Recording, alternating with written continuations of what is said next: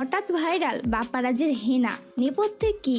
হঠাৎ করেই বাংলাদেশের সোশ্যাল মিডিয়া ছেয়ে গেছে হেনার কথায়। সবাই নানাভাবে জানতে চাচ্ছেন হেনা কোথায়। তবে এই হেনা অপরিচিত নয়, বরং বহু আগের হেনায় ফিরে এসেছে নতুন করে। 1993 সালে মুক্তি পেয়েছিল প্রেমের সমাধি সিনেমা। প্রেম, বিরহ আর বিচ্ছেদের গল্পে এগিয়ে চলা এই সিনেমায় নায়িকা শাবনাজের নাম থাকে হেনা।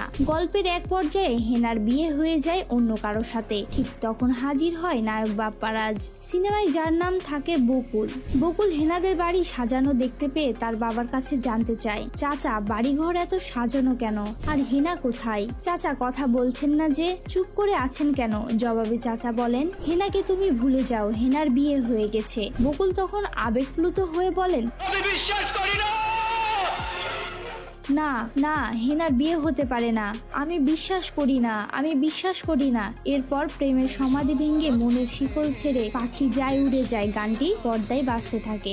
অনেকেই এই দৃশ্যের ভিডিও ক্লিপ শেয়ার করেছেন এবং নিজেদের মতামত ও অনুভূতি প্রকাশ করেছেন। বিভিন্ন পেজে, গ্রুপে বানানো হচ্ছে মিমস। মানুষের কমেন্ট বক্সেও অহরহ দেখা যাচ্ছে এই মিমস। তবে ঠিক কি কারণে এই সংলাপটি হঠাৎ করে ভাইরাল হলো তা স্পষ্ট নয়। বাংলাদেশের চলচ্চিত্র জগতের অন্যতম জনপ্রিয় অভিনেত্রী শাবনাজ, যিনি 1991 সালে চাঁদনী চলচ্চিত্রের মাধ্যমে অভিনয় জীবন শুরু করেন, তার আসল নাম সাবরিনা তানিয়া। 1996 সালে নির্মম চলচ্চিত্রে অভিনয়ের জন্য তিনি বাংলাদেশের জাতীয় চলচ্চিত্র পুরস্কারের শ্রেষ্ঠ অভিনেত্রীর স্বীকৃতি পান।